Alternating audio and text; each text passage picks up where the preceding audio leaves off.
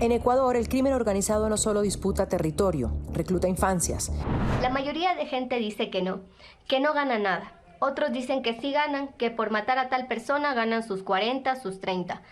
Es normal que un estudiante sea parte, conozca sobre todas las organizaciones delictivas, tenga conocimiento sobre el nombre y detalles de armas.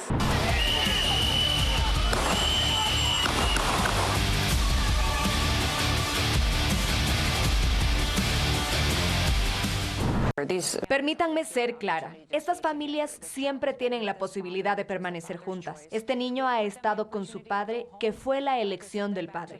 Muchos niños que están yendo a sus escuelas pequeñitos, solitos, porque sus adultos no los pueden llevar por el miedo.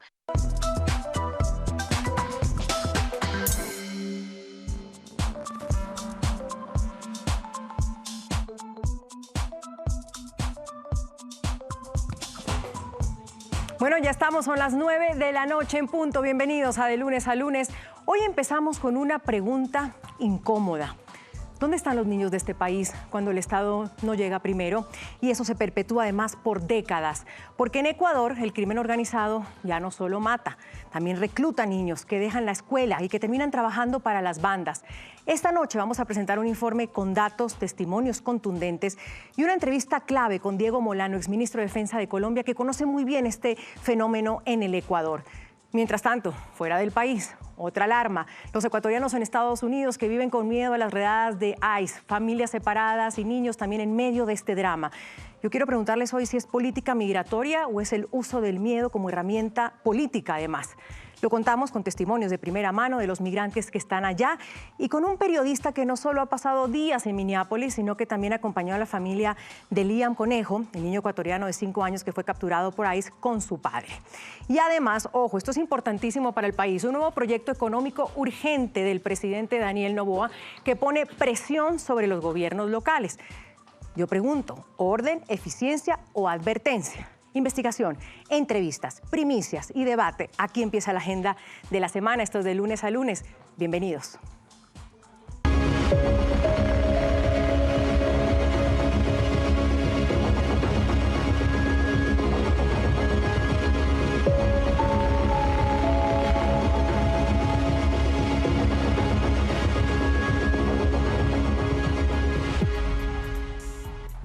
Bueno, estamos listos con nuestra mesa. Un gustazo poder acompañarlos en otro lunes. Juan Carlos Holguín, bienvenido. ¿Cómo está usted? Andrea, muy bien, gracias. Buenas noches a todos. ¿Qué tal le ha ido de fin de semana? ¿Qué preocupación tiene? ¿Qué me cuenta? Acabo de ver en el noticiero de Teleamazonas esta buena noticia de la detención de las operaciones de minería en el Napo. Creo que es un gran primer paso contra este flagelo que es la minería ilegal. Lo dijo la ministra esta mañana, ¿no? Carlos de Tomaso, bienvenido. ¿Cómo está usted? Buenas noches, bien, pues muy atentos a lo que pasa en el país y muy atentos a lo que pasa en Estados Unidos con la visita del presidente Petro. Eso, corre el reloj, ¿no? Ha llevado regalos y todo, ¿sabía? Ha llevado regalos. A la señora Trump le va a llevar un regalo. Y frases, vamos a ver. Veamos, eso va a estar interesante. El día de mañana es la visita.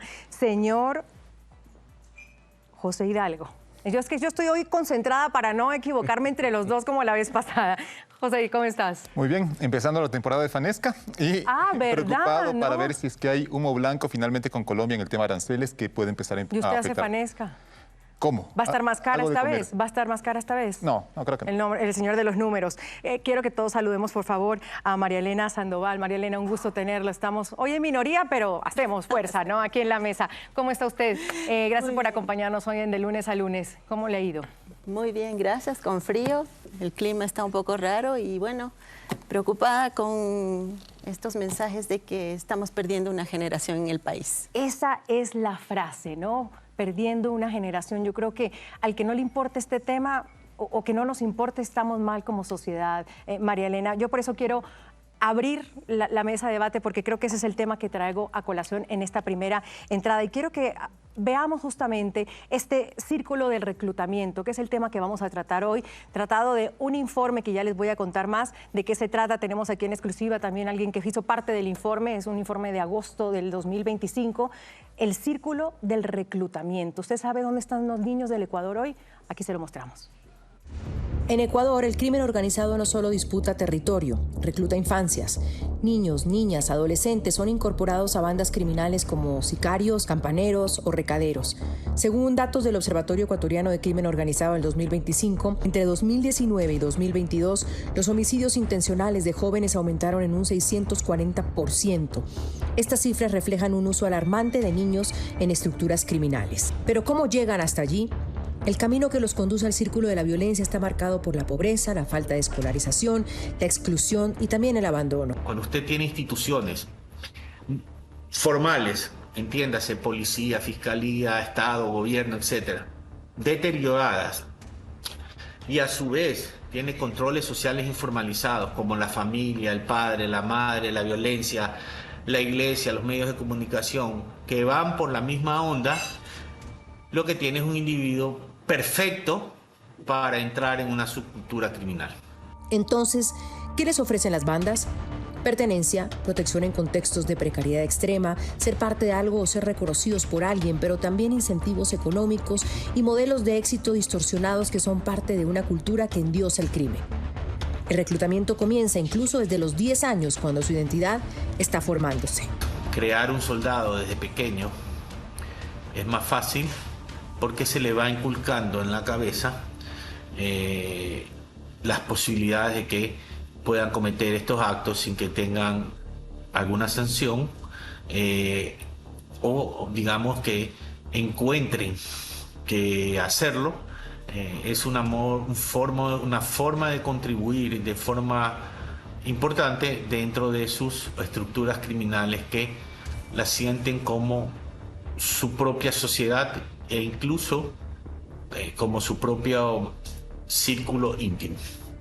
La expansión de estos grupos deja una consecuencia directa: más niños, niñas y adolescentes asesinados, sobre todo en la provincia de Guayas, Los Ríos, El Oro y Manabí, justo las provincias donde más se concentra la violencia. A estos lugares se suma Esmeraldas, la provincia más empobrecida, en la que menos escolarización hay y donde el 25,8% de los menores reconoce tener familiares vinculados a bandas criminales. Para las organizaciones criminales, el incentivo es claro: usar a los menores como escudo y como arma por su inimputabilidad, y para los niños el costo es muy alto: perder primero el derecho a una infancia y después a una vida.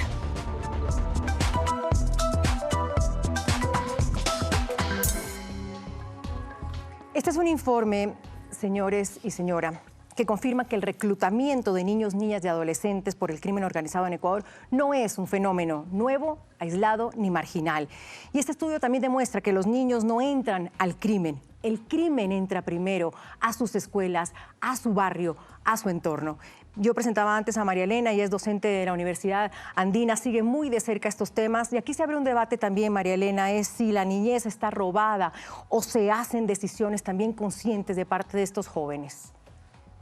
Bueno, yo creo que en el reportaje que vimos había una frase que decía: se meten en esto porque creen que no van a tener sanción.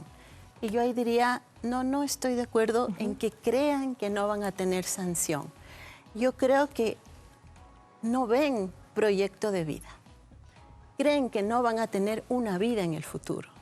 Entonces, y por eso toman esa decisión. Entonces escuchas a muchos niños, niñas y adolescentes decir, bueno, prefiero tener una muy buena vida corta que una muy mala vida en la pobreza, en la miseria.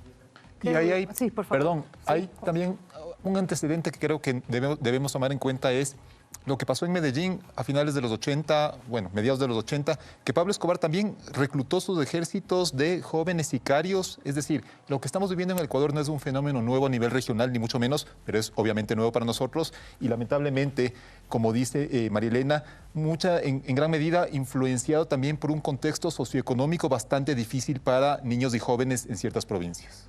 Carlos. Hay todas las normas, desde las convenciones, tratados internacionales, constitución y código penal, que establece con claridad un marco normativo protector del Estado, pero es un marco protectivo que tiene que salir a la calle, tiene que salir al barrio donde está el problema. No se va a resolver con muchas normas, se va a resolver con trabajo.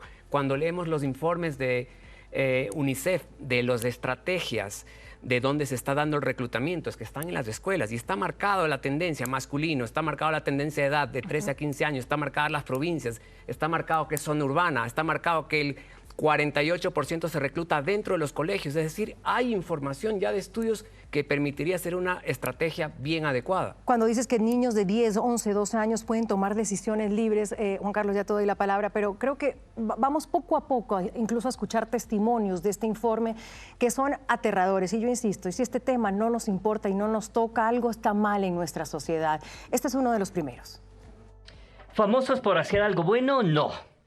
Pero son famosos de lo malo. Pues de su banda sí son cool. Un amigo me contó que el que manda ahí le invitó a la playa. Entonces son cool los que son de su banda. Capaz que por eso se unen, pues. Se los llevan de viaje, si se compran motos lujosas. La aclaración es que son testimonios textuales del informe leídos por nuestra producción. Eso es importante para que sepan. Juan Carlos. Es doloroso, Andrea, pero hay que entender dónde estamos, porque ya no es conceptual. Yo creo que estamos tarde. El Ecuador perdió todas las políticas públicas que se habían iniciado a principios de los 2000. ¿Qué mensaje le dimos de la ejemplaridad pública a la sociedad? Un miembro de una pandilla llegó a ser asambleísta, está acusado de haber asesinado por sicariato o ser parte de quienes mataron a un ex candidato presidencial. Y es interesante un fenómeno, a la par de que tenemos estos fenómenos de los niños, es la mayor generación dorada, por ejemplo, de futbolistas con éxito en el exterior, las mismas edades. Los chicos que hace 10 años tenían 9, 10, 11 años, son aquellos que muchas veces han triunfado en políticas públicas, en políticas privadas del deporte en la prevención. Juan Carlos, ¿Dónde falló el Estado? Pero ese ejemplo se puede contar con las manos, con unos dedos de las manos, lo que está diciendo, y el reclutamiento se nos va, se nos desborda. Hoy estamos tarde. Yo creo que hay las herramientas legales para hacerlo. El delito de la trata, que lo vamos a ver después en el tema de la migración, es exactamente el mismo. Las bandas delincuenciales usan la trata de personas con fines delictivos. Hay sanciones para aquello, pero el Estado ya no ha perdido esa batalla. Sí estamos tarde, María Elena. Retomando la pregunta que tú hacías, ¿es una decisión libre? No, no es una decisión libre. Todo reclutamiento de niños, niñas y adolescentes es forzado, por definición. No es libre, pero tampoco es una excusa para decir, bueno, es que es un niño y tienen un arma y son sicarios. Y entonces alguien puede decir, ¿y quién cuida la sociedad de ellos? Sí, en contexto, como decía Juan Carlos, pongámonos en contexto. Se perdieron todas las políticas públicas, se perdieron sistemas de protección efectivos, no en el papel, efectivos. Entonces, sí, ¿quién protege a la sociedad? Quiere decir, ¿quién brinda servicios de salud, educación, empleo? El Estado. Exacto. ¿Y dónde está el Estado? Aquellos niños que viven en esas situaciones de marginalidad, de exclusión, de no acceso a esas familias y esas comunidades son las víctimas. Bueno, entonces le echamos la culpa al Estado nada más. Carlos, permíteme, vamos a hacer más testimonios porque los que tenemos son contundentes y me está diciendo la producción que hay otros más. Vamos con más testimonios. Otras veces es porque los pueden amenazar, digamos. Si no haces esto, te pasa esto, le pasa esto a tu mamá, a tu hermana, les amenazan. Porque antes de llegar a la amenaza, como ven dónde vive, quién es tu familia, quién es tu mamá, quién es tu papá, tus hermanas, si tienes primas cercanas y eso, averiguan todo, entonces uno ya no tiene cómo salir a denunciar.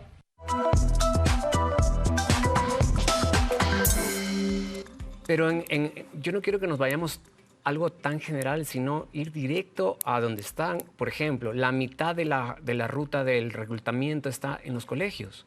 Dentro del colegio, los profesores lo saben, las autoridades lo saben, no se ofrece ningún tipo de actividad uniendo lo que tú decías del fútbol y uniendo lo que no se le ofrece otro tipo de vida, pero el entorno del colegio adentro, fuera del colegio que no se le ofrece nada, lleva ese reclutamiento que viene endiosado por música de esas bandas, por los tatuajes de esas bandas, sin que nadie esté mirando ni aconsejando.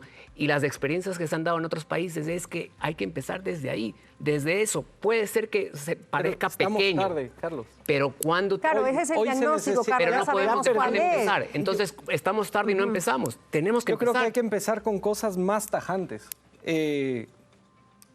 Muchos de esos niños que están en los colegios, por supuesto, son captados ahí, pero las redes sociales, el otro día un medio de prensa sacó una noticia respecto a cómo se publicitaba en TikTok abiertamente el invitar a esta vida que decía un niño es cool. Yo creo que estamos en la discusión de prohibir redes sociales directamente por un tiempo en el Ecuador hasta dar solución a estos problemas. Empezar por algo.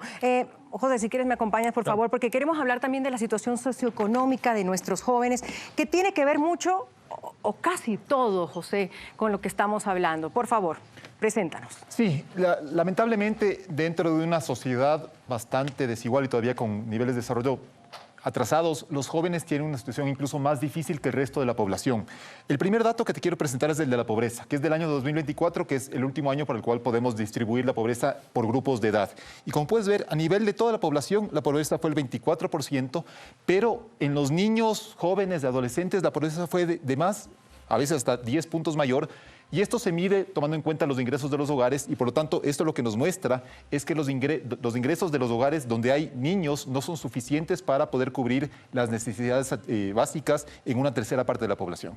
Hablamos de pobreza extrema en el 2024, niños, niñas y adolescentes afectados. ¿Qué nos dice este otro cuadro? Claro, la anterior era pobreza total. Pobreza extrema se refería en el año 2024 a las personas que tenían ingresos mensuales menores de $51. Entonces, si ponemos el ejemplo de un hogar de 4 miembros, padre, madre y 2 hijos, era un hogar con un ingreso menor a $200 por mes, por lo tanto, en una situación realmente comprometida para poder satisfacer sus necesidades. Y nuevamente, en la población general, la tasa era 9%, casi 9%.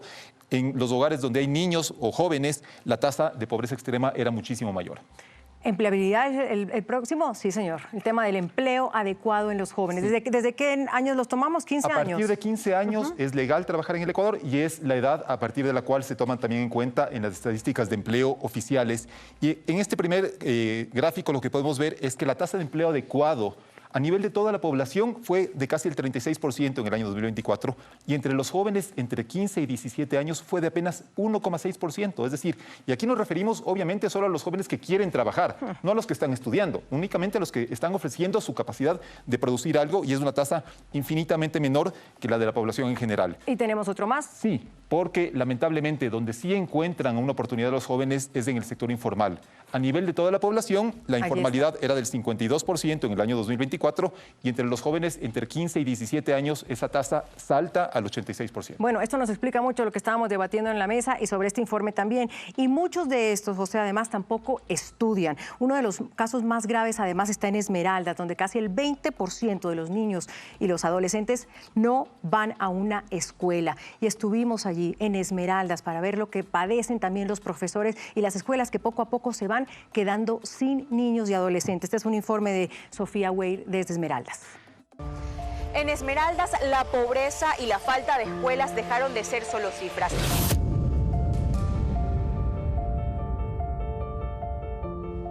Estas se han convertido en la puerta de entrada para el reclutamiento de niños y jóvenes a bandas delictivas. Tienen constante peligro, los estudiantes para llegar a la escuela también pasan por diferentes travesías, las historias de los estudiantes han cambiado. Ahora la historia es de que anoche balearon en mi barrio, no pude dormir porque estuvo toda la noche, hubieron balas en el sector. Es normal que un estudiante sea aparte, conozca sobre todas las organizaciones delictivas, conozca los nombres, tenga conocimiento sobre el nombre y detalles de armas. Un niño, estamos hablando de 8, 9, 10, 11 años. En planteles donde me ha tocado estar, pues hemos podido ver Estudiantes que con un pretexto de que estoy enfermo, por eso ando con esta chompa, que en la chompa cargan allí estupefacientes. Esmeraldas es una de las provincias más pobres del país. Aquí el 51% de la población vive en pobreza por ingresos, según el INE. Pero también esta es la provincia con menos niños en las escuelas, ya que solamente el 81% de esta población asiste a escuelas como estas, sin cerramiento y destruidas por los últimos sismos.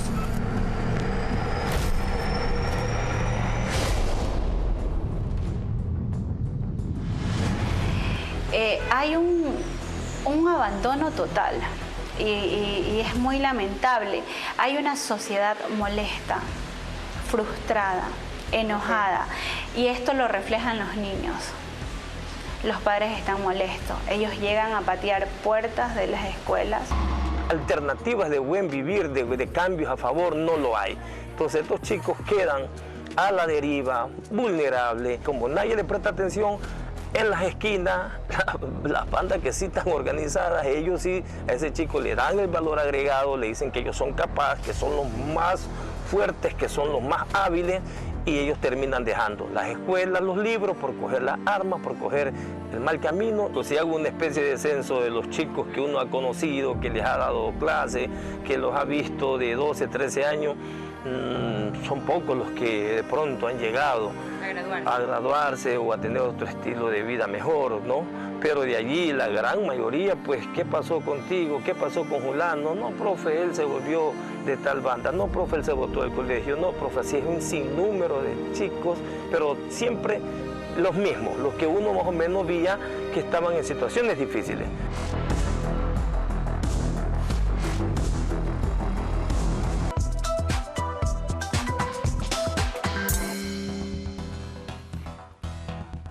Hemos hablado mucho del tema de prevención, de lo importante, un poco diciendo, Juan Carlos Holguín dice, bueno, ya el Estado llegó tarde y estamos tarde, pero también ahí creo, señores, ¿cómo habla uno de prevención en lugares donde manda el crimen?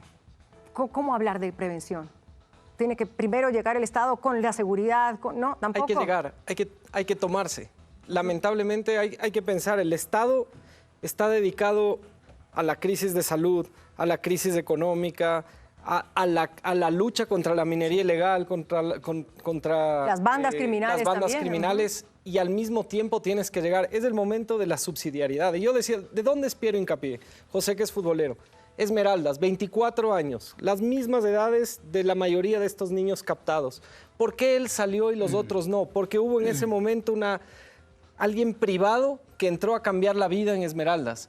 Eso hay que hacer, que vuelvan, por ejemplo, políticas que las quitó la década del correísmo, como las donaciones del 25% a la renta a ciertas fundaciones para que hagan un buen trabajo. La Junta de Beneficencia hoy lo hace con el deporte y la cultura. En su momento, la alcaldía de Jaime Nebot tenía el proyecto Sumar, que era una visión urbana. En barrio.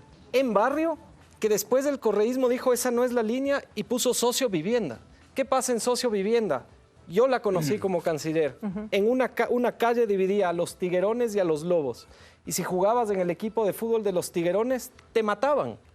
El Estado tiene que llegar allá, pero los privados tienen que tener incentivos para poder solucionar los problemas que el Estado no va a poder hacer. Sí, y sobre todo no llegar solo o no tener la idea de que cuando el Estado llega solo con seguridad.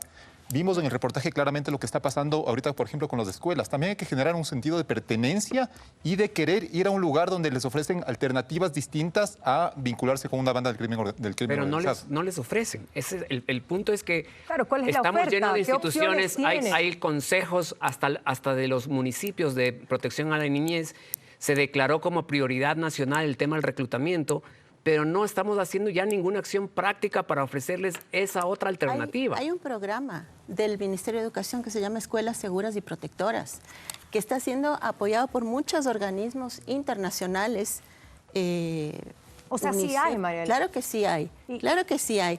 Pero no son suficientes. Y hay planes, hemos hecho, hay alianzas entre el Estado, la sociedad civil, la academia, organismos internacionales. Hemos planteado este tema desde el 2024, cuando fue el evento aquel de los jóvenes que aparecieron en el canal de televisión, y los adolescentes.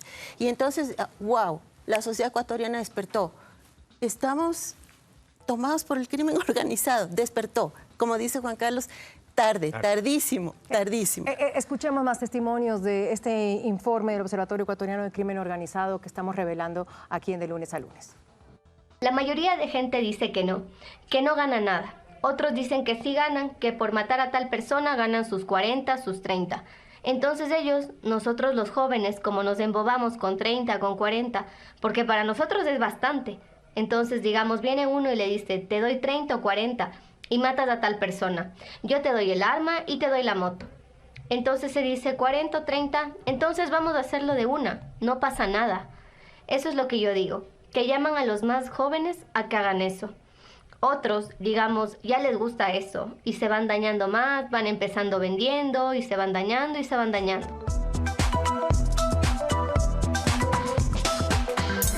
Con algo, las muertes intencionales de menores han crecido desde el año 2020, 640%, lo que implica probablemente que ya están participando en estas luchas armadas entre ellos, y eso es un factor también que hay que mirarlo. Es que de nuevo hay que cortar las cosas ahora.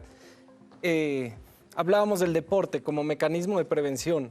Sí. Hoy las apuestas deportivas están tomadas toda nuestra sociedad. Atrás de muchas de las casas de apuestas, el narcotráfico, el lavado de activos. Y ellos están en las camisetas de los equipos de esos niños que quisieran llegar hacia allá. Hay que hacer un proyecto donde pueda el Estado cortar, de hecho, este tipo de falsos incentivos que nos llevan al problema en el que estamos. Responsabilidad también, entonces estoy entendiendo, del Estado. Juan Carlos Holguín pone sobre la mesa el tema de los privados. ¿Qué más? Y se necesita ¿Qué más? ¿Qué hacemos? ¿Qué dejamos en esta mesa? Fortalecer a las organizaciones locales, que son las únicas que pueden de verdad brindar protección a los niños, a los adolescentes que están con iniciativas de arte, de cultura, de deporte. Vemos que es casi lo único que funciona frente a lo que te ofrecen, porque es un enganche económico y afectivo. Producción, si me regala otro audio, por favor, porque me voy aquí con Diego Molano, exministro de Defensa de Colombia, que también es autor de este informe, y vamos a escuchar unos testimonios antes. Tú entras a eso y te matan. Ahí tú vas a buscar tu muerte porque ya no puedes salir de eso. Y te dicen, tienes que matar a toda tu familia. Si tú le dices al duro, ya no quiero permanecer más, ahí mismo te matan. Pero primero te matan a tu mamá, a tus hermanos, a tu primo, y así y así.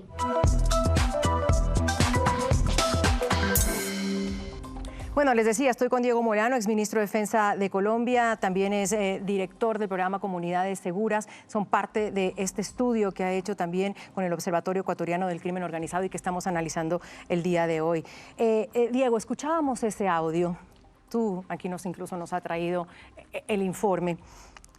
Desde lo humano, Diego, empecemos por ahí, ¿qué es lo que más te pegó? ¿Qué es lo que más te chocó luego de meses y meses de hacer esta información y esta investigación? Andrea, uno de los retos que se tuvo con este estudio fue poder aproximar y darle voz a los jóvenes y a los niños en los 10 cantones más afectados por violencia, crimen, y particularmente para hacerlo no desde una perspectiva solo de seguridad, sino desde una perspectiva de qué es lo que está en el fondo de este proceso de reclutamiento que hacen los grupos criminales. Y lo que es claro es que los jóvenes en Ecuador y desafortunadamente en esos cantones se está perdiendo una generación que comienza a ser reclutada a los 10 años, que tienen un ciclo de crecimiento y casi que de una carrera ahí dentro de los grupos criminales que inician como campaneros y terminan como sicarios, y muchos hoy desafortunadamente a muy corta edad, 15, 16 años, inclusive son descuartizadores. ¿Podríamos decir que en el Ecuador, Diego, hay un sistema de reclutamiento infantil consolidado, así por más duro que suene? El estudio encuentra en uno de sus principales hallazgos que estos grupos criminales organizados han desarrollado un esquema para utilizar a los jóvenes casi que como un recurso humano desechable. Ellos utilizan, instrumentalizan, reclutan de forma permanente a través de estrategias, tienen reclutadores, lo hacen alrededor de los colegios, lo hacen en los barrios, controlan los barrios para reclutar de forma permanente y lo reemplazan fácilmente. Señalaban ustedes hoy cómo Desafortunadamente, en los últimos años, el 51% de los homicidios intencionales son de jóvenes, pero son permanentemente reemplazados, reclutados, utilizados casi que como un recurso humano desechable por estos grupos criminales, y eso es uno de los mayores desafíos que tiene el Ecuador. ¿Desde cuándo empezó esto, Diego? Ustedes, este informe es de agosto del 2025, pero llevan meses incluso pues recolectando información. ¿Desde cuándo no nos dimos cuenta? ¿Desde cuándo se nos avisó y no miramos donde había que mirar? Particularmente hay un quiebre hace 5 años cuando se disparan las tasas de homicidio y hay un crecimiento desmesurado de estos grupos organizados que se transformaron. De hecho, el estudio señala un quiebre fundamental y tal vez es un fenómeno nuevo. Lo que dice es, en Ecuador lo que sucedió fue la pandillerización del crimen. Las pequeñas pandillas que habían por todo el Ecuador en la época crítica de la emigración, cuando salieron muchos padres y familias hacia Europa y hacia Estados Unidos, a España, que esos jóvenes no se quedaron con sus padres, sino formados por sus abuelos. Comenzó un proceso de deterioro de estas pandillas y los grupos criminales se aprovecharon de ellas y cambió una cultura. De hecho, tú sabes, yo vengo de Colombia, es muy diferente el fenómeno de reclutamiento en Ecuador a lo que sucedía en Colombia. Esto te iba a preguntar, porque lo escuchaste de José de nuestra mesa hablar del Medellín de los 80 y los 90, y dices que es diferente. ¿Por qué es diferente de la época, por ejemplo, de Pablo Escobar? Lo primero que hay que señalar es que, por supuesto, todos los jóvenes y niños de Ecuador son víctimas, porque son reclutados, pero en muchos casos son usados e instrumentalizados a través del dinero, a través de los favores. En el caso, no es que son decisiones propias de los niños. No son decisiones y definitivamente son víctimas y los responsables son estos grupos criminales quienes los reclutan. Pero lo que pasa es que en el caso de Ecuador es un fenómeno mucho más urbano y es un fenómeno que tiene un componente cultural muy fuerte, una cultura alrededor de convertir a ídolos a quienes son los jefes de estos grupos criminales. El dinero fácil, la cultura narco, los narcocorridos, y un capítulo especial de este estudio son las redes sociales. Las redes sociales se convirtieron en el epicentro del reclutamiento. Por las redes sociales se genera una cultura, se crean unos valores, les enseñan cómo usar un arma, les enseñan a cómo inclusive descuartizar, y permanentemente están expuestos a estos mensajes y son, de hecho, en el 26% de los casos, es la fuente principal de reclutamiento. El primero son los amigos. Aquí son los amigos los que traen a los amigos del barrio a la banda. En el caso de Colombia era casi siempre forzado por la guerrilla de las FARC que se los llevaba de su casa. Aquí están en el mismo barrio, los amigos los traen y los dejan en la casa. El otro 23% es en redes sociales y en el caso nosotros encontramos solo forzado, que se los llevaron especialmente el 13% y particularmente en Guayas, en el cantón de Durán. El debate de años, y ahorita lo tiene Argentina, de bajar los años de imputabilidad a 13 años, es un debate que también se ha dado en Ecuador, se dio en Colombia. ¿Funciona eso, Diego, como ministro de Defensa también de Colombia, exministro, como concejal, también fuiste de Bogotá, viviste la ciudad? ¿Ese debate funciona? ¿Eso funcionaría? Yo creo que la discusión no debe estar en si la penalización debe ser mayor para los menores de edad, sino cómo se penaliza de una manera mucho más severa a quienes lo reclutan. Ahí debe estar el foco de la discusión. ¿Qué es el proyecto de ley que el gobierno ha presentado la semana pasada? Recientemente. Una de las recomendaciones del estudio, precisamente que fue acogida por el gobierno en ese proyecto de ley, es que hay que tipificar en Ecuador el delito de uso e instrumentalización, porque en el caso del Código Penal ecuatoriano, el delito de reclutamiento forzado está tipificado como trata o como reclutamiento forzado. Sin embargo, lo que realmente está pasando es uso e instrumentalización.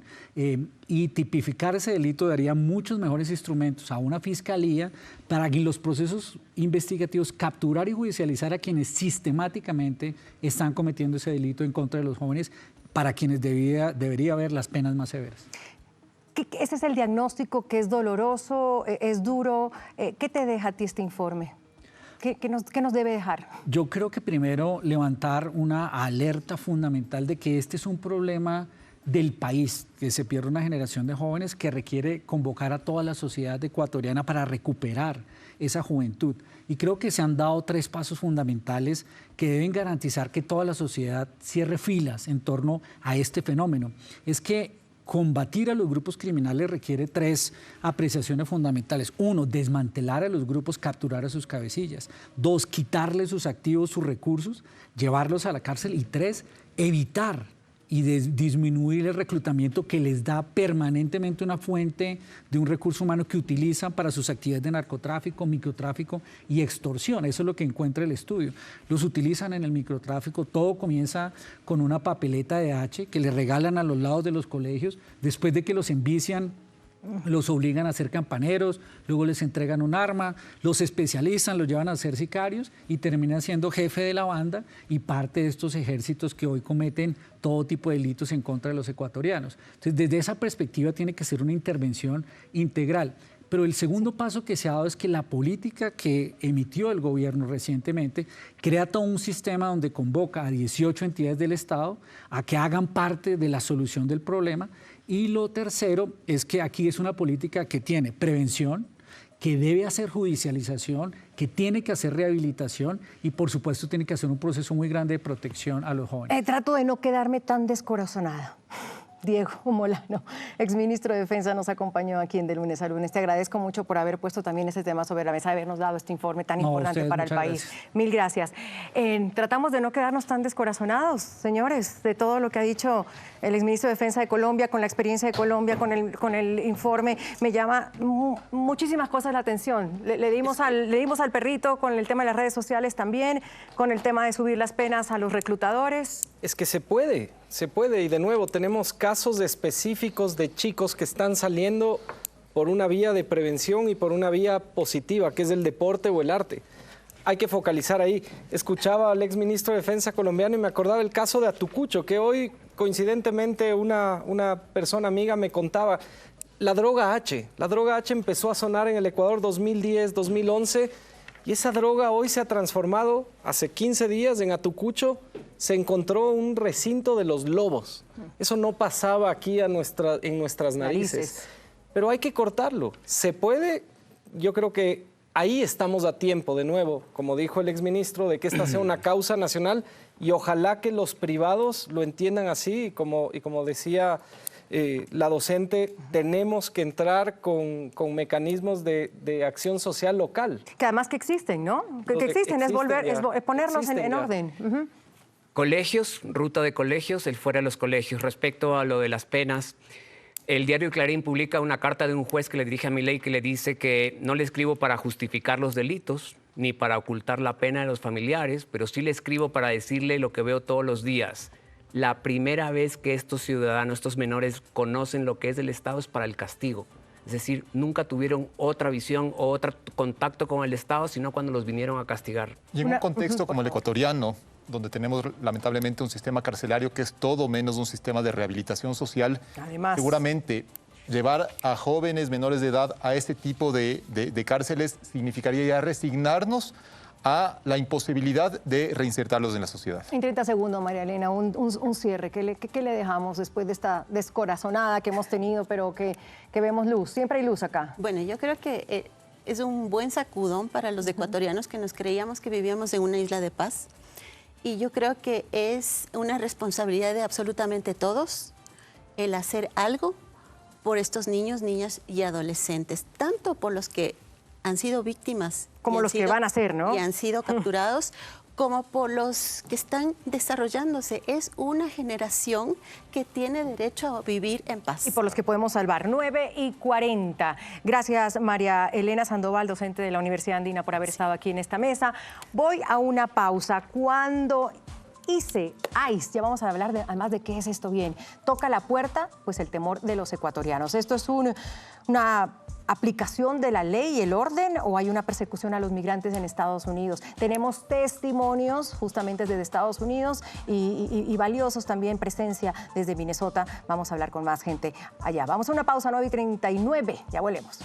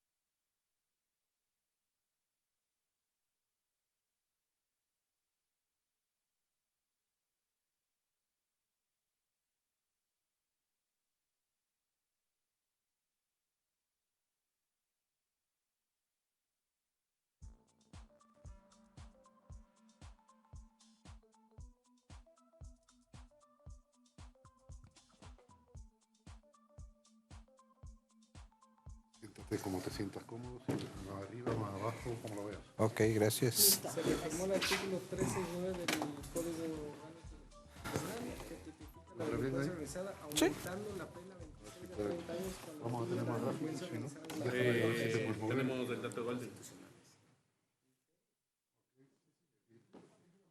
Lo mejor es que te vuelvas así. Por este lado. Sí. Ok. No, cántame todo ahí de nuevo y no te...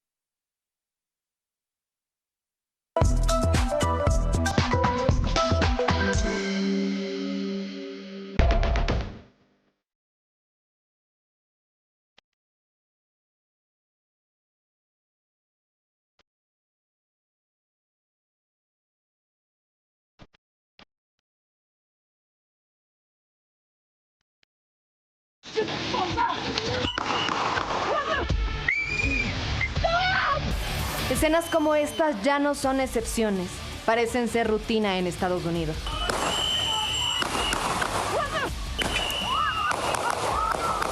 La migra, la migra, la migra. La vida, dicen los ecuatorianos en Estados Unidos, ya no es la misma.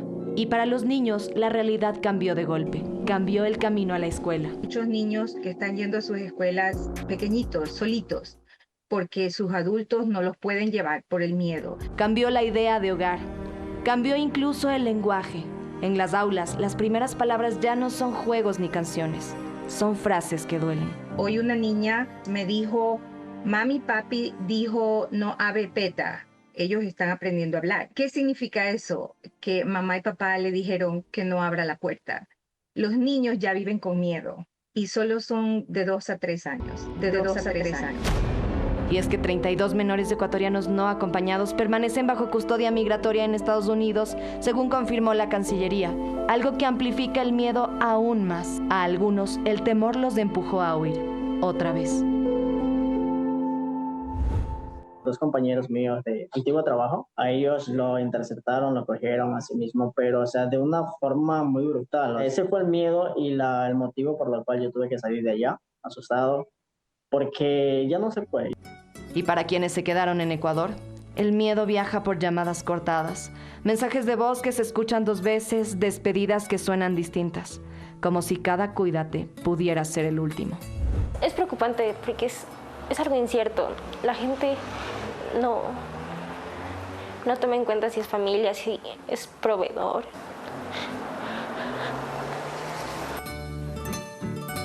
El temor ha reordenado todo. La economía, los trayectos, la vida cotidiana. En Minneapolis, redes de voluntarios se activan como un sistema de alerta paralela. Aplicaciones de mensajería cifrada, mapas en tiempo real. Todo con el fin de que los migrantes no sean encontrados por ahí. Todo lo que estamos haciendo es grabar para que si algo sucede, quede documentado y no se intensifique. Siempre está de estado en estado, está manejando, está trabajando. Lo que sí le veo es muy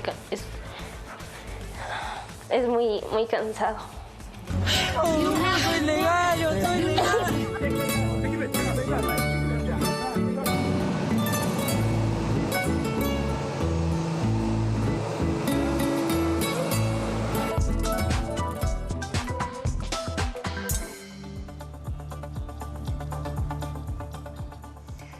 Miedo, yo creo que es la palabra que más se repite cuando hablamos del ICE y los ecuatorianos migrantes y los latinoamericanos migrantes. Miren que hicimos el trabajo de llamar a organizaciones en Minnesota, sobre todo, que ayudan a migrantes a ver si teníamos un vocero. Y cuando le contestan a uno al teléfono, entra una contestadora que dice, oprima 1 si el ICE está cerca de la escuela de su colegio. de su hijo. Oprima 1 si el ICE está fuera de su casa. Oprima 1 si no puede salir a hacer mercado, aquí estamos nosotros. Y eso me impactó un montón y luego dice, bueno, la opción 2, 3. Pero el 1 es la de urgencia que tienen como 5 ONGs en Minnesota. Me parece importante empezar por ahí, por el temor y la ayuda que también está puesta sobre la mesa sobre este tema. Quiero saludar a Arturo Moscoso, nos acompaña en esta mesa, abogado y politólogo. Arturo, un gusto tenerlo para sumar a este tema.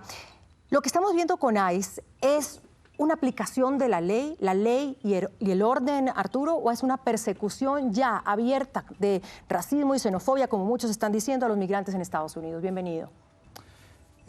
Bueno, gracias por la invitación. Un saludo también a mis compañeros de panel.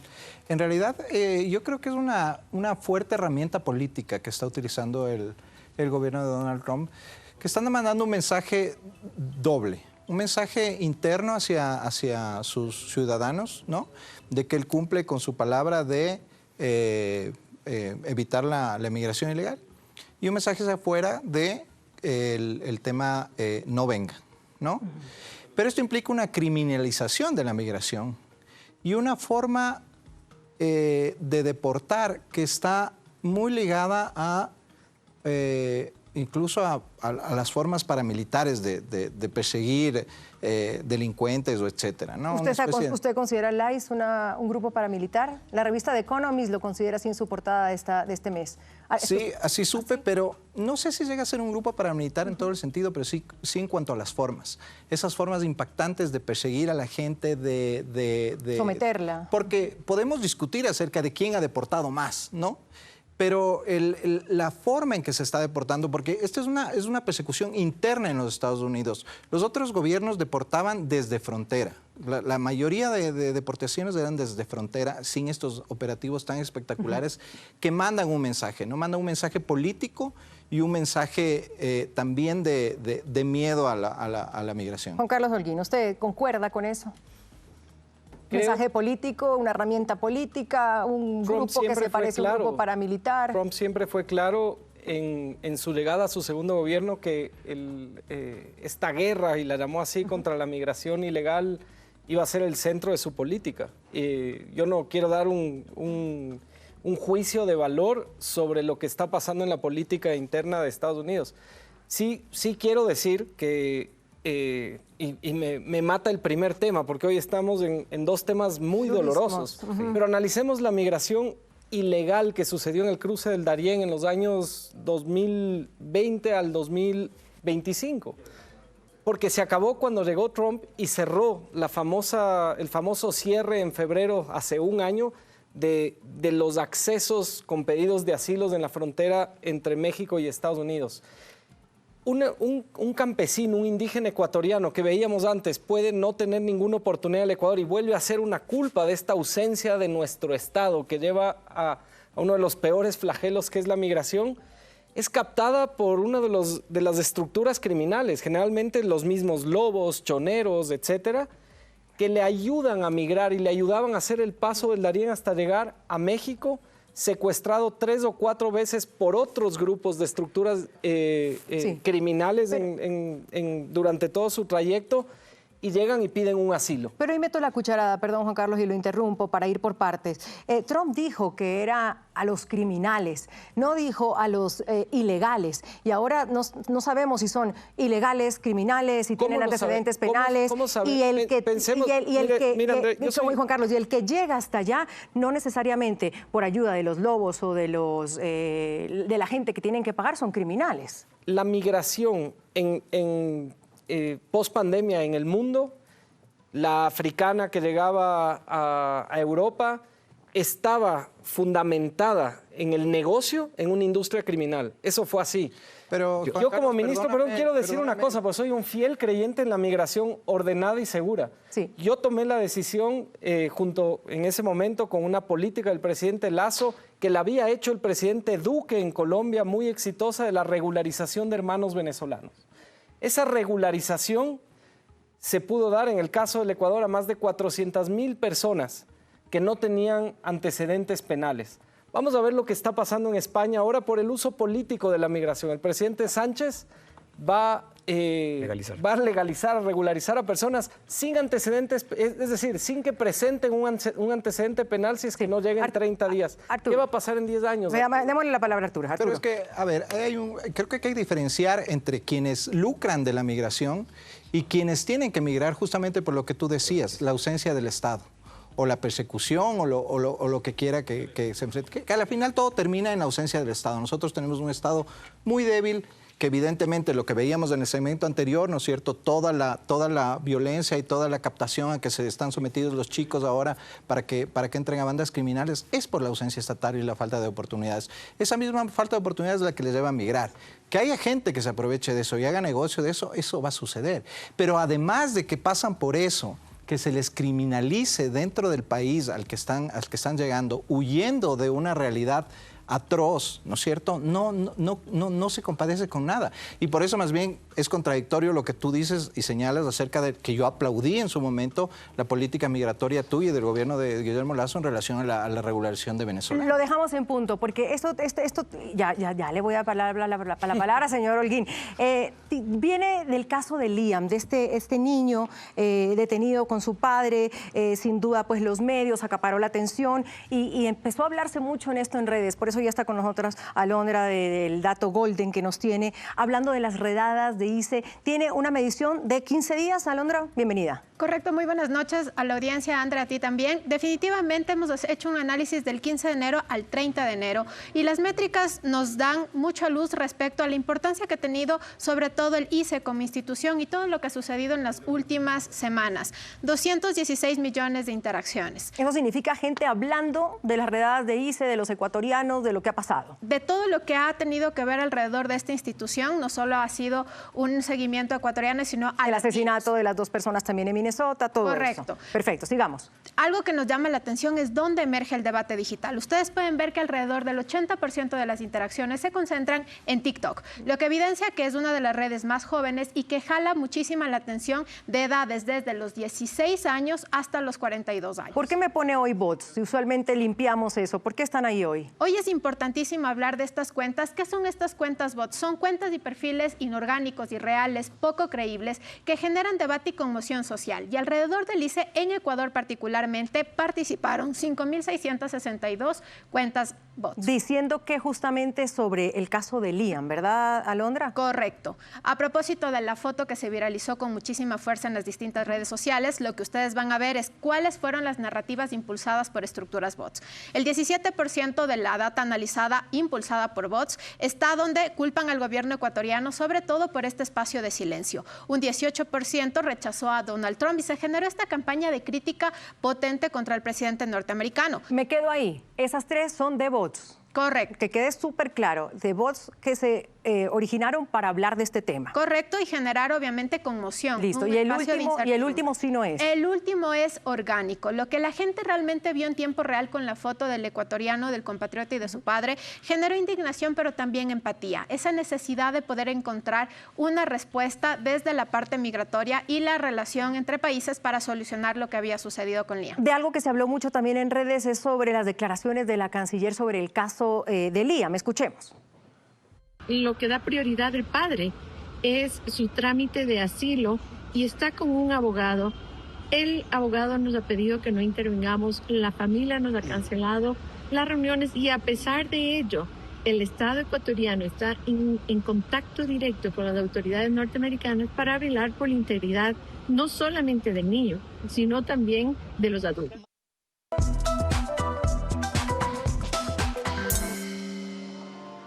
Reacciones sobre eso, Alondra, porque hay gente que decía, bueno, ¿y cómo el gobierno ecuatoriano no va a pedir la liberación del niño y se tiene que echar al hombro entonces un congresista demócrata? Pero hay algo detrás.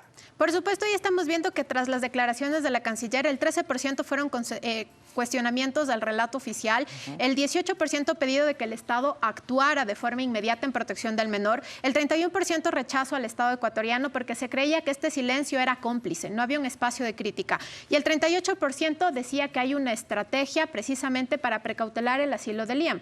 Dato importante, esta reflexión venía desde los mismos ciudadanos que de alguna forma mencionaban la importancia de que Liam, su padre y su su familia pudieran mantenerse en suelo norteamericano en vista de la situación que atraviesa hoy el Ecuador. Que no lo deporten, sino que se quede buscando el asilo. Y estos son los videos principales que además se dieron y fueron virales cuando liberaron a Liam y a su padre. Amos and his father Adrian are returning to Minnesota after being released by federal immigration agents on a judge's orders.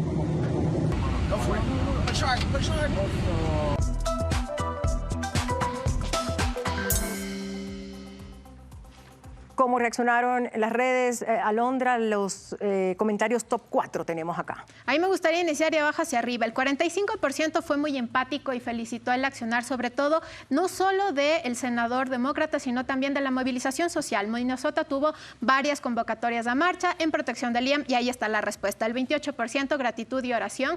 El concepto Dios fue usado alrededor de 20,000 publicaciones utilizando el concepto Dios y bendiciones, lo que también hace ver que somos un pueblo muy, muy solidario. Justicia para más casos del 17% y algo de escepticismo apenas un 10%, lo que resulta que finalmente la exposición mediática trajo muy buenos resultados en la conversación digital. Alondra, muchas gracias por esos datos. Me voy quizás con Juan Carlos. No sé si quería responderle a Arturo, por supuesto, pero si no, más allá. El tema de la Canciller. Usted fue canciller. ¿Qué hace la Cancillería en ese caso? Bueno, la Cancillería, precisamente por la gran cantidad de migrantes que tiene un viceministerio de movilidad humana y tiene que velar precisamente por la integridad de los ecuatorianos que están en el exterior. Todos los que han migrado tienen una necesidad de que el Estado ecuatoriano vele por ellos. Pero hay algo importantísimo acá. Yo decía antes cómo era ese cruce del Darién, por ejemplo, en la migración ilegal. Cuando uno llegaba a la frontera, podía pedir ese asilo. Y ese asilo generalmente lo pedía denunciando al Estado ecuatoriano. Me sorprende que tantas personas en redes sociales identifiquen que había una estrategia de asilo en esta decisión de la familia, que es una decisión entendible, de que no haya una intromisión del Estado ecuatoriano para que continúe su proceso de asilo. Yo no soy abogado, pero entendería que eso es lo que sucedió y es correcto el respeto del Estado ecuatoriano para no involucrarse. Carlos, un segundo. Usted sabe que Nick Valencia nos acompaña en 958. Él es un periodista que estuvo hace unos días en Minnesota. Es testigo de muchas cosas que pasaron en esa semana. Nick, gracias por acompañarnos. Estuviste cerca con la comunidad ecuatoriana. Sé que hablaste con la familia de Liam y los profesores. ¿Cuál era el sentimiento? ¿Qué se sentía estar en Minnesota en esos días? Bueno, Andrea, la comunidad está en riesgo, la comunidad está en trauma. No solo está afectando a gente que tiene color de piel, pero también a los amigos, amistades, vecinos, todos que nos encuentran cada día a diario. Esto es mucho más diferente que lo que sucedió durante Obama. Ahorita la crueldad es el punto. Obama deportó mucho más gente, mucho más inmigrantes y lo hizo sin crueldad. Lo que pasa es que esto es un sistema que ya está quebrado.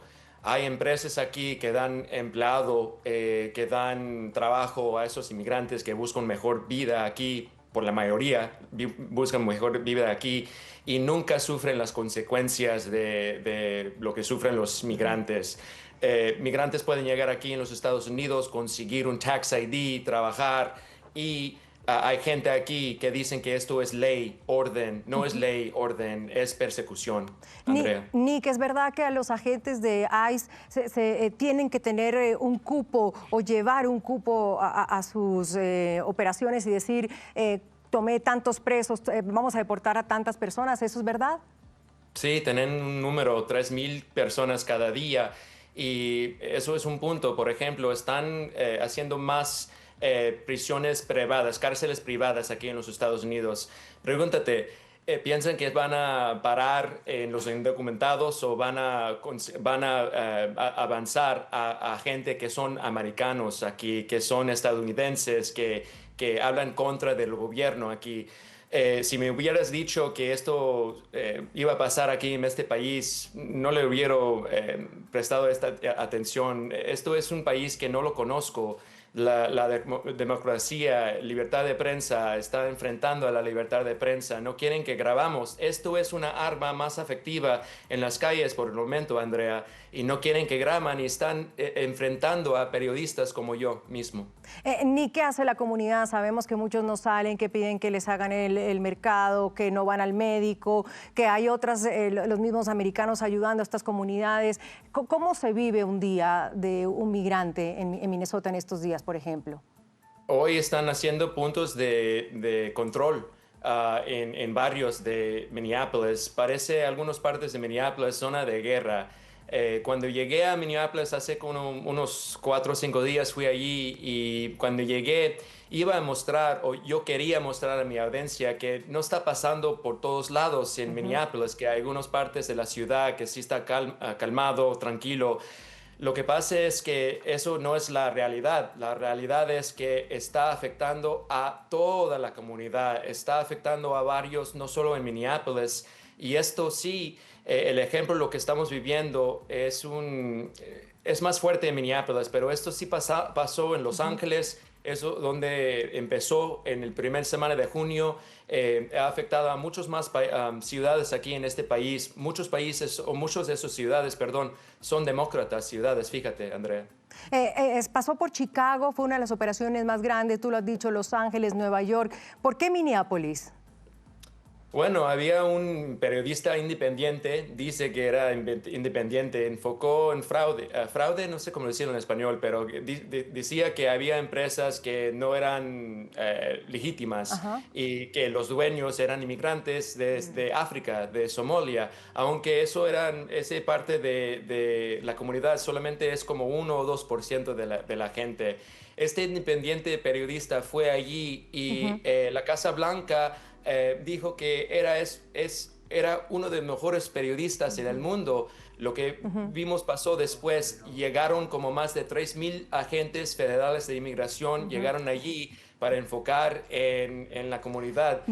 Eso creo es parte de la razón, Andrea. Nick, y rápidamente para cerrar y agradecerte por tu tiempo, tú estuviste en lo de Alex Pretty, ¿alcanzaste a ver los disparos que le hicieron a Alex Pretty? No, yo llegué como 15, 20 minutos después, pero esto es el poder de independiente periodismo. Yo llegué aquí con este mismo teléfono celular y era como más de 1 hora que esperé cadenas de otras cadenas llegar. Yo estoy aquí para decir la realidad, lo que está pasando, usando mi privilegio de ser tercera generación mexicano-americano, y aunque yo soy americanizado, pocho me dicen en México, me tratan aquí en los Estados Unidos como recién crucé la frontera, fíjate, Andrea, y si me tratan a yo mismo como americanizado, pago mis impuestos, yo llevo muchos años aquí, décadas, mi familia, si me tratan a yo mismo así, como si yo recién crucé la frontera, fíjate cómo están tratando los inmigrantes que sí cruzaron. Nick Valencia, ex periodista de CNN, hoy periodista también independiente, como bien dice, trabaja con su teléfono, estuvo en Minnesota. Gracias, Nick, por tu tiempo, muy amable, y por tus impresiones desde el lugar de la noticia. Esto es una parte, es una mirada sin duda alguna. La secretaria Kristi Noem me ha dicho que estas también son narrativas y usadas de medios de comunicación americanos para decir que pobres niños, cuando estas familias tienen la opción de acogerse a una autodeportación, $2,600, cogen un avión y se van a su casa. Es la otra parte. Es muy difícil establecer una línea media porque tienes narrativas políticas de lado y lado.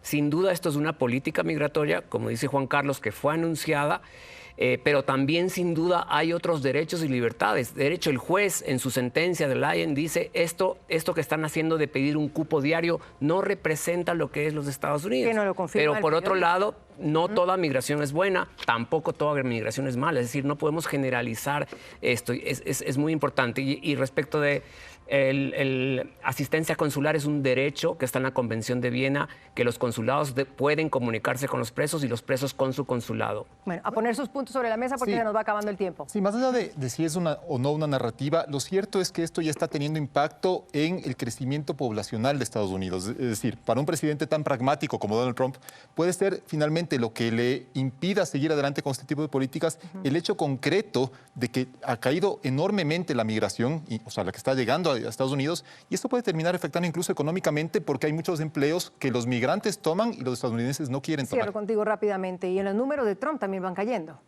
Sí, bueno, habría que ver a quién le habla Trump, ¿no? Trump tiene un núcleo duro de votantes que evidentemente estas políticas son las que les gustan, ¿no? Y creo que tiene una estrategia de dividir a la otra ala, a la demócrata, en el sentido de qué papel pueden tomar los demócratas frente al proceso migratorio, que es para muchos molesto, en defensa de los migrantes, pero también en defensa podría estigmatizarles en defensa del caos en lugar del orden que él propone, ¿no? Y podría ser beneficioso también políticamente. Arturo Moscoso, gracias. No tengo más tiempo. Arturo Moscoso, gracias por haber estado con nosotros aquí en esta mesa. Vio cómo me toca hacer, ¿no? Está durísima con los tiempos. Gracias, señores, muy amable. Vamos a una pausa. Vamos a cerrar en el próximo bloque con un proyecto de ley económico urgente del gobierno. ¿Saben cuál hablo? Bueno, les cuento después sobre los GAD. Ya volvemos.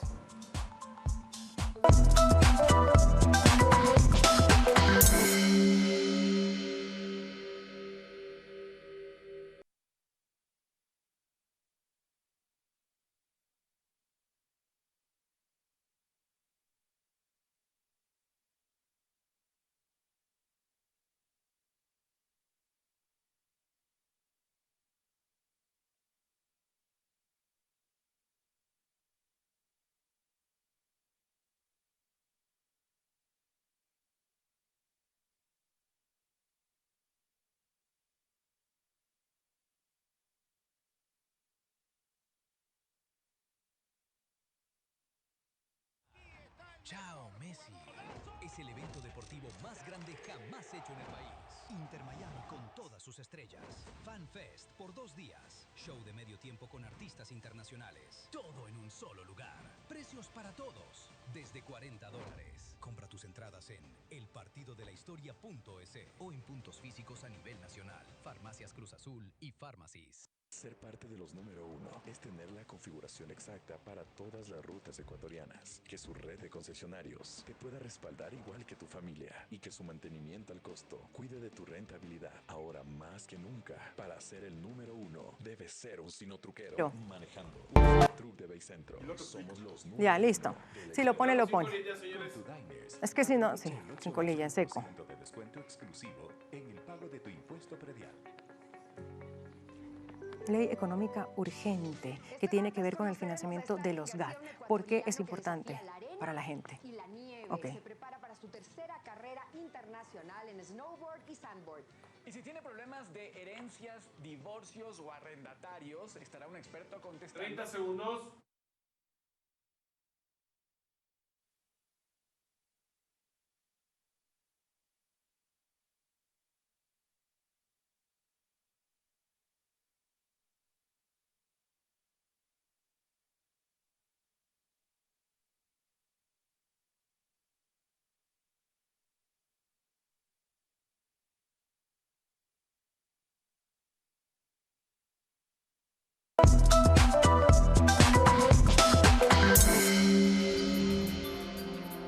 Bueno, lo decía antes de la pausa, el gobierno propone una ley económica urgente y para esto tiene que ver con el financiamiento de los GAD, gobiernos autónomos descentralizados. José, ¿por qué esto me tiene que importar a mí, a usted, a nuestros televidentes? Porque la ley lo que busca es que estos gobiernos, que son prefecturas, municipios, juntas parroquiales, utilicen la mayor parte de sus recursos efectivamente en inversión, como ya establece la ley. Lo que pasa es que muchas veces se registran como gastos de inversión a gastos que son efectivamente corrientes, y lo que hace este proyecto es decir, bueno, esto es inversión y esto no es inversión. Usted tiene unos cuadritos interesantes. Vamos con el primero, por favor. Sí, el primero tiene que ver que la mayor parte de los ingresos de los municipios, prefecturas, juntas parroquiales provienen de las transferencias del gobierno, es decir, impuestos que usted y yo pagamos o ingresos petroleros se transfieren directamente a los GAD con el objetivo de que ellos inviertan en servicios como alcantarillado, mantenimiento de las vías y demás. Pero como digo, muchos municipios, prefecturas utilizan sobre todo para nómina, para gasto corriente que no es inversión. Y esto tiene que ver además con un contexto en el cual el gobierno central tiene una situación financiera muchísimo más apretada que los municipios, que suelen tener incluso superávit. Entonces lo que hace la ley es decir, a ver, vamos a establecer este mínimo de gasto de inversión en 70% y si tú no cumples, te voy a rebajar el monto que te estoy transfiriendo. ¿Me lo explica rapidísimo por favor? Claro, este es lo que muestra que el gobierno central tiene déficit cada año, mientras que el conjunto de los gobiernos seccionales en promedio tiene un superávit. ¿Para ponerlos en cintura eso usted cree? Yo creo que es para ganar más eficiencia en el gasto, sí, y para que el ajuste fiscal no recaiga únicamente en el gobierno central. Venga, me acompaña y vamos cerrando esta mesa. Señores, yo no sé cómo van a hacer. Tenemos segundos, no mentira, unos minutos, pero dígame, señor de Tomaso. Solo para ponerlo en lenguaje claro. Hablamos todo lo que se puede hacer en el primer bloque con los niños, ¿no es cierto?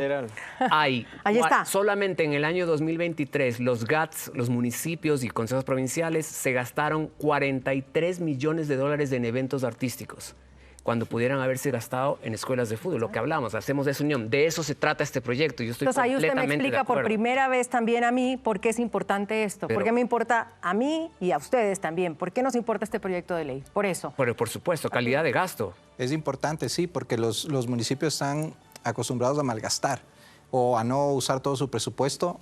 Y lo que vimos recién en Quito a finales del año, ¿no? Gastando el presupuesto a tontas y a locas porque ya se les acababa el año. Entonces, sí es importante que eso suceda, pero me temo que también va a ser utilizado como una herramienta de presión política y ahora de cara a las elecciones. Yo pensé que lo iba a dejar por fuera. Dije, ¿qué pasó? Arturo lo vio. Porque hay el debate también, Juan Carlos, ¿no? Estamos a unas seccionales, todavía falta, pero ¿arma de ponerlos en cintura o de presión? Es el momento de visibilizar que las alcaldías y las prefecturas pasan de agache completo. Recordaba ahorita mientras hablaba Arturo de las famosas aromaterapias del año 2022. Los conciertos. Más de $250,000 en aromaterapias en Guayaquil. Luego shows de drones de $4,000 el minuto. Hoy necesitamos que esas alcaldías tomen la responsabilidad de la seguridad. Se lavan las manos diciendo la seguridad es competencia del Estado, pero no hay las políticas públicas preventivas en el espacio público, que sí es su responsabilidad. Y los parámetros que se exigen están en la Constitución y están en la ley. Es decir, que no hay nada que para mí se pueda imputar como ¿Y los GATS no se van a decir, inconstitucional? espérense un ratito, me deben plata además? Les deben plata, pero eso no es justificación para gastar lo que reciben de una manera que contraviene la ley. ¿Cómo cree que pasa esa ley? ¿Cómo le va? Yo creo que ¿Cómo? de las declaraciones que han hecho varios sectores, creo que hay coincidencia y creo que va a haber votos para pasar la ley. Es una ley necesaria, es una ley que le beneficia a la gente, que cumple los objetivos constitucionales de la descentralización. Yo espero que se apruebe. ¿Es una ley dedicada, Arturo? No lo dejo ir sin que me ahonde en eso. Bueno, dedicado. Yo concuerdo en que es una ley necesaria, pero sí puede ser utilizada como herramienta de presión, sobre todo por este tema que viene tan cerca de las elecciones seccionales, ¿no? ¿Algo para cenar, señor Holguín? Tiene la última palabra. No estoy de acuerdo. Bueno, no sé cómo se puede presionar con una ley que le hace bien en este momento a la administración pública. Son unos cracks para armar conciertos en carnaval, pero después se lavan las manos diciendo que la seguridad es competencia del Estado. Hay formas, y tú sabes que hay formas, Juan Carlos, de cerrar la llave o cerrarle un poquito la llave a un gobierno seccional le puede trastocar sus planes, ¿no? 10 y 13, ¿puede ser entonces usado para rivales políticos? ¿No? En plena entrada electoral. Hay algo que sí me puede preocupar, que es si hoy unos están en el poder, otros no. A mí me puede preocupar cuánto tiempo se tome el ministerio en verificar que efectivamente estés cumpliendo los parámetros. Es decir, que no se vuelva esto otro trámite burocrático que detenga un poco la distribución de recursos. Decía Cordes, por lo demás, que es cumple los paulatino. objetivos. Sí, hay un periodo de transición. A mí lo que me preocupa es que la ley establece que este 70% que tienes que gastar en inversión es sobre lo que recibes del gobierno central. Ahora el nuevo proyecto de ley dice que es sobre tu presupuesto. 10 y 14, en 20 segundos me despido, señores. Mil gracias a todos, Juan Carlos, José, Arturo. Bien, perfecto, me fue. Nos vemos el próximo lunes. Un placer habernos acompañado, atentos a esa reunión que puede decirle mucho al Ecuador entre Trump y Petro. Nos vemos mañana. Nos vemos el próximo lunes. Hasta luego. De lunes a lunes fue presentado gracias